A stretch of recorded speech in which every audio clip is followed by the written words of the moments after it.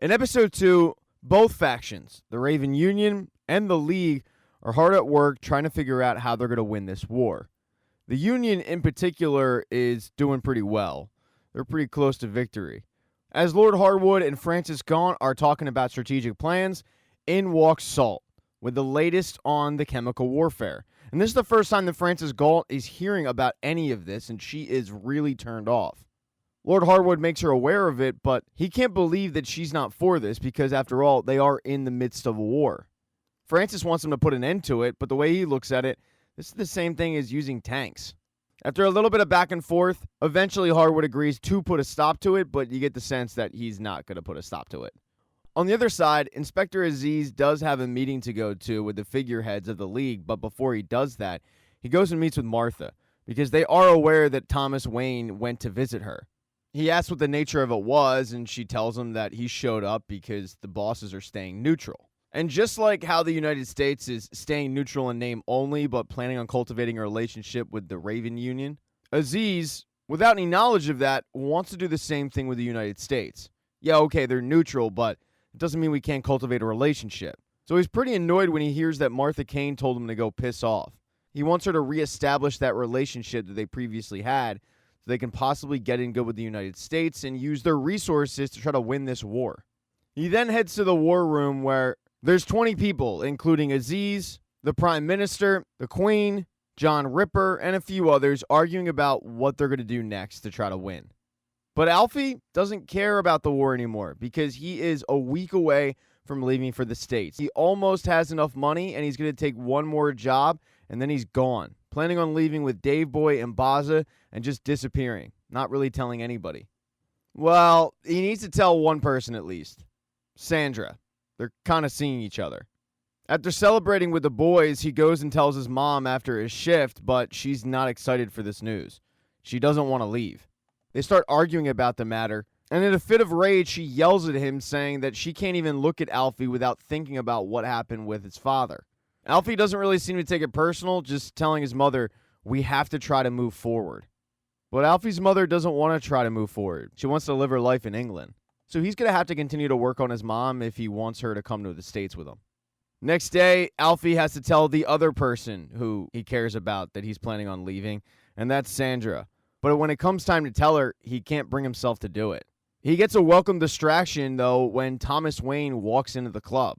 He can't figure out what Thomas is there for. And Thomas is there to meet with somebody. He had an interesting meeting with his superior earlier in the day where she tells him that they have a problem with the hydrogen bomb that they're building. The problem is the public doesn't like it, and the nuclear disarmament folks have done a great job of painting the states as warmongers. So they need to fight back with their PR machine. Now, the top anti-nuclear campaigner in England just so happens to be Archbishop Potter, the Prime Minister. This guy has a lot of moral authority, and it's going to be a problem to kill him. So they need to convince him to change his ways a bit. It's worth mentioning Thomas Wayne doesn't really enjoy any of this. But he's got bosses, they've got orders, so he's going to have to go through with it. There's also one other thing that his superior tells him, and she prefaces it by saying, Thomas, I know you're not going to like this, but we never get an answer on what it could be. What it might be is the nature of his meeting that night at the club, because he meets with Aleister Crowley.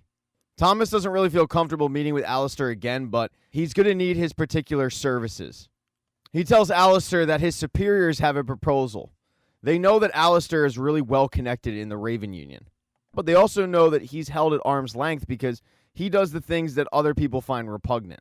So they figure that a close friendship with a U.S. agency might boost his status in the Union. In order to get this relationship, Aleister Crowley is going to have to get the Archbishop in some hot water. A scandal or whatever it is, but it's going to drive him from the public life. If he does that, he's going to have that relationship that they just talked about. Aleister knows that it's not going to be easy to get to the Archbishop because he's a really popular guy. And after all, Aleister worships Satan. This guy's a bishop. But he says, consider it done. The next day, Crowley heads to the Archbishop's church and starts banging his head against a pew saying how much he needs help. A little while later, the Archbishop shows up thinking that he's got this broken soul that he has to mend, but in reality, he's just being played by Aleister Crowley. The Archbishop knows exactly who Aleister is. He's a really popular guy, but he's open-minded. He tells him, I don't know what you're going through. I know who you worship, but I also know that that person is not real. He's the dog that ate your homework. So Alistair gives him a little bit of a taste, and that's all he needed. Once Alistair gives him a taste, he's hooked. As Alistair is busy seducing the Prime Minister, Alfie is getting ready for that night's performance at the club, which has to do with Sandra. And Sandra's got great news. She got accepted to sing at this place, and it's a big deal. They only accept the best singers, and it's great for her career. She's excited because it's in a couple of weeks, and she wants Alfie to come, but Alfie's planning on going to the States. It's another chance for Alfie to come clean, but he doesn't again. Alfie heads up to his office, and he sees Baza practicing poker because that's all they play in Las Vegas. But Baza can see that his friend is stressed out, and he tells him, you don't have to go. I mean, I'm going, but you can stay here. Be with your mother, be with Sandra. But Alfie doubles down that he is going to the States. There's then a phone call into the office, and it's Alfie's mother. But she lets him know that she was kidnapped, and the kidnappers want Alfie to bring $20,000 to this street corner, and they want him to do it alone. They know he's got the money, and if he doesn't do it, she's going to be killed that day. And $20K is the exact amount he has. This is all the money he was going to use to get to the States, but this is his mother after all. He doesn't think twice about it. So he heads to the location alone with a duffel bag full of cash. A car then pulls up. They tell him to throw the money in the car, but he says, no, I want to see my mom first. And the kidnapper tries to play tough with Alfie, but he says, I know you're not the guy in charge. Go back to your boss and tell them that if I don't see my mom first, you're not getting this bag of money. So the car takes off, and when the car pulls back up, there's now a driver and a guy in the passenger seat, and they tell Alfie to get in. As they're driving to the location where Alfie's mother is allegedly being kept, Alfie is able to get the gun from the driver and hold both of them at gunpoint, where they tell him that they don't know who's in charge. All they know is he calls himself Mr. X. They were just hired to do a job, and that's it. They also tell Alfie where his mother is, and that's when Alfie directs both of them to pull the car over. Dave Boy and Baza hop out, switching spots with them, and the trio head off to go save Alfie's mom. Alfie gets out of the car, and Dave Boy and Baza kind of hang back, pretending to be kidnappers. But the actual kidnappers are hanging outside of a trailer, and they tell Alfie that his mother is inside. They won't bring her out, but he says if you don't bring her out, you're not getting any money. They go back and forth with this, but eventually Alfie can hear his mother, confirms she's okay. But the back and forth of the kidnappers just gets too much, and Alfie says screw it, pulls out a gun, and Dave Boy, Baza, and Alfie get the jump on the kidnappers. They don't have it for very long, though, because Inspector Aziz and the police swoop in, and it creates enough confusion for the kidnappers to grab Alfie's bag of cash and get away. This, as Alfie runs into the trailer confirming his mother is okay, but the trailer is shot up by the cops. After a little bit of a firefight, Aziz tells his men to stand down, and he yells at Alfie to come out. Alfie asks him, what the hell are you doing here? And Aziz tells him, we were watching you, and we figured that you were meeting with the men who took Colonel Salt. These guys weren't them?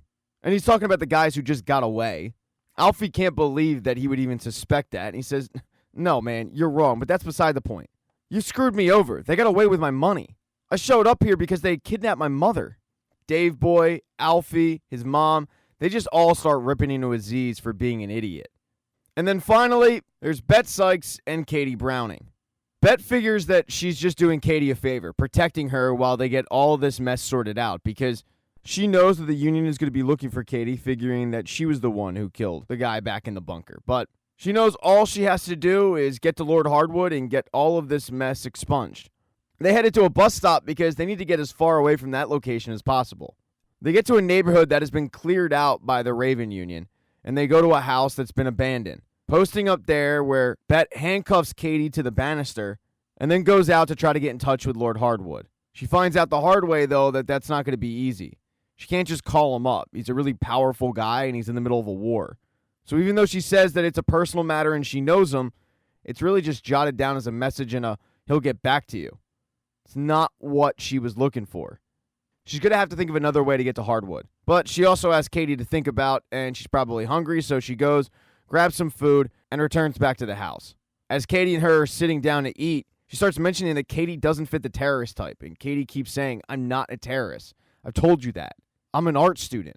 But Bet just doesn't believe her. So she puts some art supplies in front of her and says, draw something. And Katie doesn't want to do it. She's just not in the mood. But Bet says, well, that's because you're going to get exposed. So that leads Katie to pick up a pencil and start drawing. About 10 seconds later, though, she ends up throwing the art supplies in Bet's face and tries to run away, although she's quickly caught in the street. As they're arguing about why Katie just did that, and the reason is she tells Bet, "You're crazy," they get caught by 2 guards who tell them that they're not supposed to be there. And when the guards ask for their ID papers, Bet attacks them. She's doing a pretty good job of handling herself, but eventually one of the guards gets her on the ground and is choking her, and that's when Katie saves her life. Bet thanks Katie and then proceeds to go kill both guys, stabbing him in the neck. Katie starts puking at the scene, and Bet realizes that she might actually not be a terrorist. So she casually brings her back inside, and the two formulate a plan. Thank you so much for checking out this recap. Please consider subscribing to the channel and subscribing to my Patreon. Hit thumbs up if you liked it. Smash that thumbs down button if you thought it sucked. If you left a comment, I don't get back to you. I usually don't check the comments unless they're like a super comment. Also, if you don't see the next video up on the end screen, not to worry, it'll be up in a day or two.